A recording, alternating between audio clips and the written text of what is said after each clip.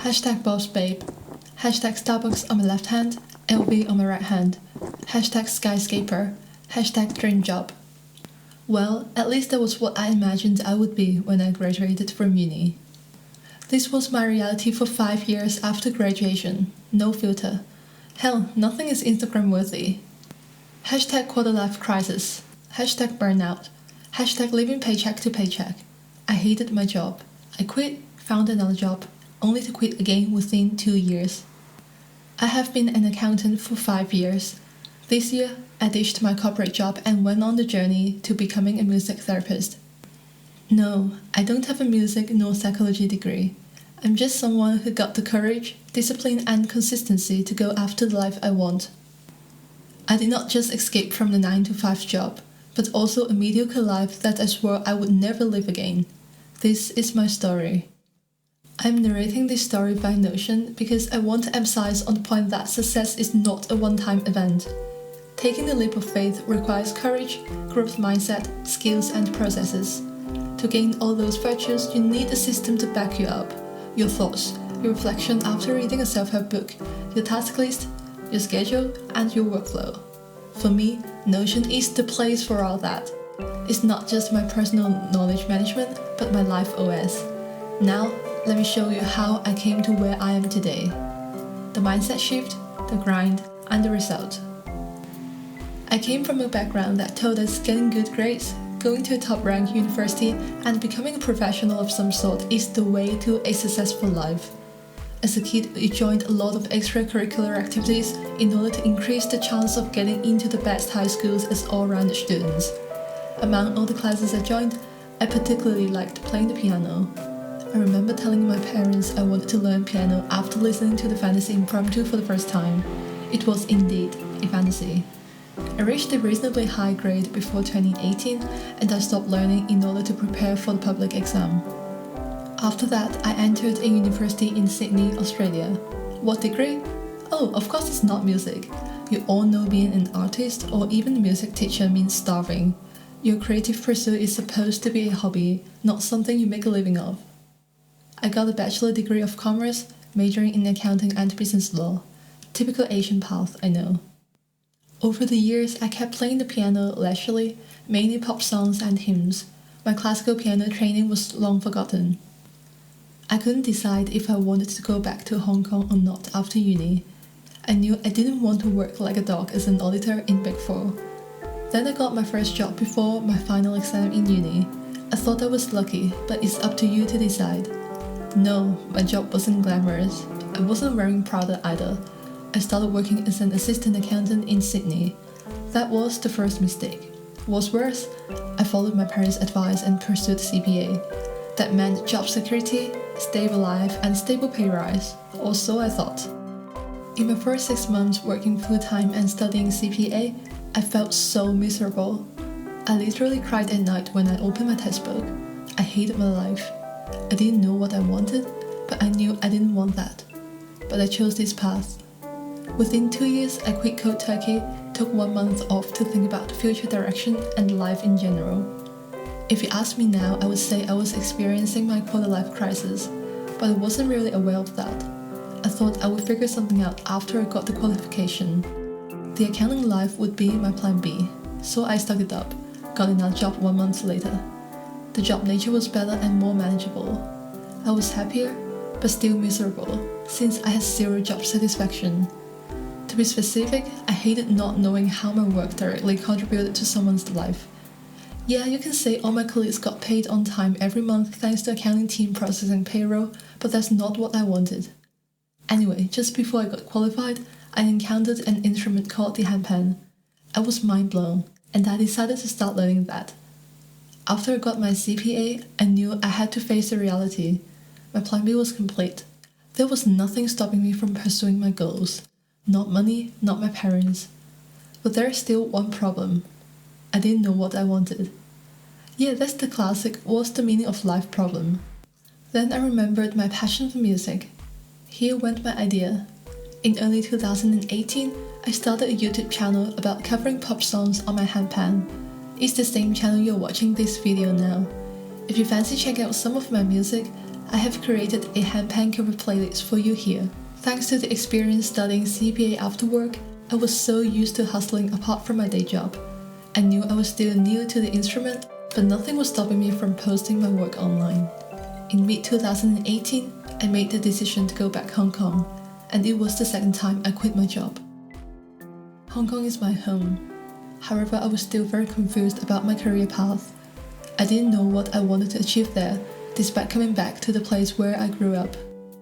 This place was famous or infamous for long work hours, rooftop bars, and high-end brands. I got a job within 1 month.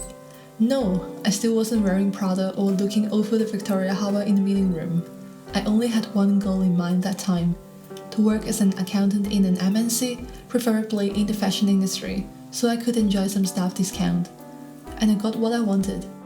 Dodged the bullet of working long hours as an auditor for minimum wage. You thought I was happy? Not exactly. I was still confused, but I didn't let myself stop and face the music. Like most people, I was just a robot following the flow of life, living paycheck to paycheck, letting reality and responsibility bury the dreams and passion. Until 2019. I woke up after the first shot of tear gas. If you think 2020 was hard to get by, I can assure you that 2019 was a much tougher year for most people in Hong Kong. When your privacy, safety, and freedom of speech are being threatened, what do? The umbrella movement happened in 2014, buried a seed in my mind. I knew I wanted to help people, I just didn't know how. In 2019, Hong Kong had effectively become a war zone. Amid the social instability, I got crystal clear about my calling. I can use music to help people. Specifically, I can become a music therapist to improve people's mental health and well-being. I had never been so sure my whole life. And here's the beginning of the journey. In order to become a registered music therapist, you need to get into some master degrees. Most universities state that they require a relevant bachelor degree, either in music, music education, or even psychology. Mine was commerce. Oops, but that wasn't going to stop me. I was willing and ready to do whatever it takes to get into the master degree. But I hadn't played piano properly for like 9 years. I had 2 months before the application deadline for the master degree audition, so I mapped out everything I needed to do to meet the requirements. I worked so hard every single night amid my day job and the flying rubber bullets and tear gas. It was so hard to balance my time, energy, and well-being, but sacrifice was needed to be made. Within 2 months, I went from nearly zero piano skills back to advanced level. I learned the guitar basics. I enrolled in an online psychology course. I joined a local 10-week workshop about basic music therapy skills. I got rejected for one uni, but the other offered me the chance for an audition. And I worked my ass off. Then, I got in. Now I'm in my first year of the Master of Music Therapy program. I'm on a journey to becoming a music therapist. I'm creating my dream career and living life with full potential. And this so-called success in taking the leap of faith is not an event. It's the result of years of hard work, preparation, discipline, and consistency. I have grand plans. I know I can achieve more. I know I haven't reached my full potential yet. By proactively improving every single day, I know I will get there. I have summarized 5 lessons I learned so far. 1. You are made of more. Find ways to unlock your full potential. Not everyone needs to be an entrepreneur, but do try to challenge the conventional wisdom and live your dream life. 2. The not-so-secret formula of success: discipline and consistency. To keep doing that without losing momentum when there is no positive feedback loop, gamify the process and set numerical goals that is 100% under your control. 3. Have a strong sense of purpose. It's going to take you to the next level. However, don't confuse that with desire. 4. To achieve great things, you need a change, and that's guaranteed to be scary. I didn't tell you how afraid I was to quit my corporate job. And it's not just about losing a fixed paycheck, but also ditching the old mindset, challenging what the society feeds you, and taking the leap of faith. Yeah, literally, into the unknown. The last lesson I learned is the importance of having habits. Human beings are creatures of habits. We lack predictability and stability. However, don't let that make our life stagnant. Implement keystone habits that will improve every aspect of your life. In The Power of Habit, Charles Duhigg identified keystone habits as habits that automatically lead to multiple positive behaviors and positive effects of your life. Basically, it means that we only need to focus on a couple of things in order to thrive in every single area of our lives. There are 4 keystone habits I identified that helped me ditch my corporate job and pursue the life I want.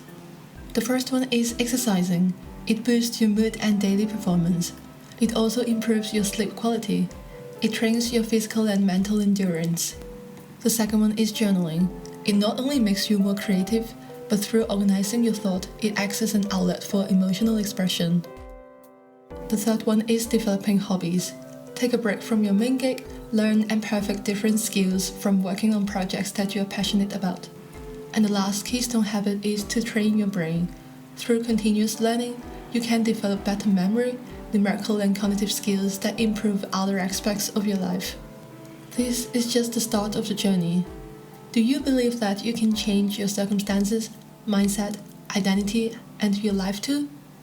If you have watched till this very end of the video, thank you, and I hope my story inspired you to reach for your full potential in life.